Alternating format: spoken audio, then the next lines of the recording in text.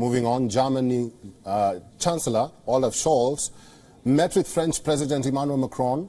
The two leaders met in Paris on Sunday to celebrate the 60th anniversary of the signing of the Elysee Treaty. The treaty is meant to seal post-war relations between the two countries. The European neighbors renewed calls for a more closely aligned Europe to counter Russia and to bolster the democratic values that underpin the EU.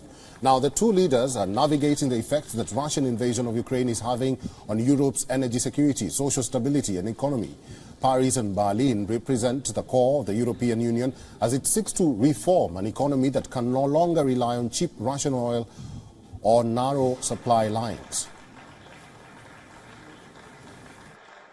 The way we have proceeded in the past, always discussing the concrete situation closely with all our friends and allies, is the way we'll proceed in the future.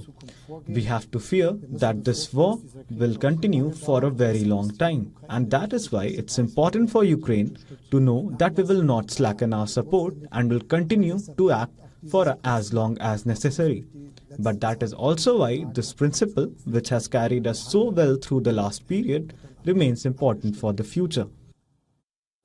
Speaking alongside the German Chancellor, French President Emmanuel Macron said he does not rule out the possibility of sending Leclerc tanks to Ukraine.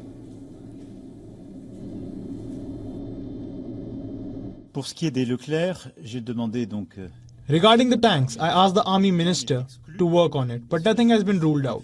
It has to be assessed collectively with three criteria. Firstly, as we had been able to do since the beginning, that it does not escalate the crisis. And we always follow this line. Secondly, that it could bring real and effective support to our Ukrainian friends. And for this, we must consider the capacity to maintain them in operational conditions and training.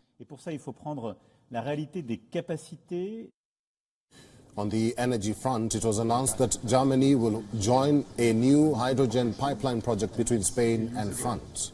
So it can be at least 5 times, perhaps more, but at least this one has been, well, we have started to test it. It's not. WION is now available in your country. Download the app now and get all the news on the move.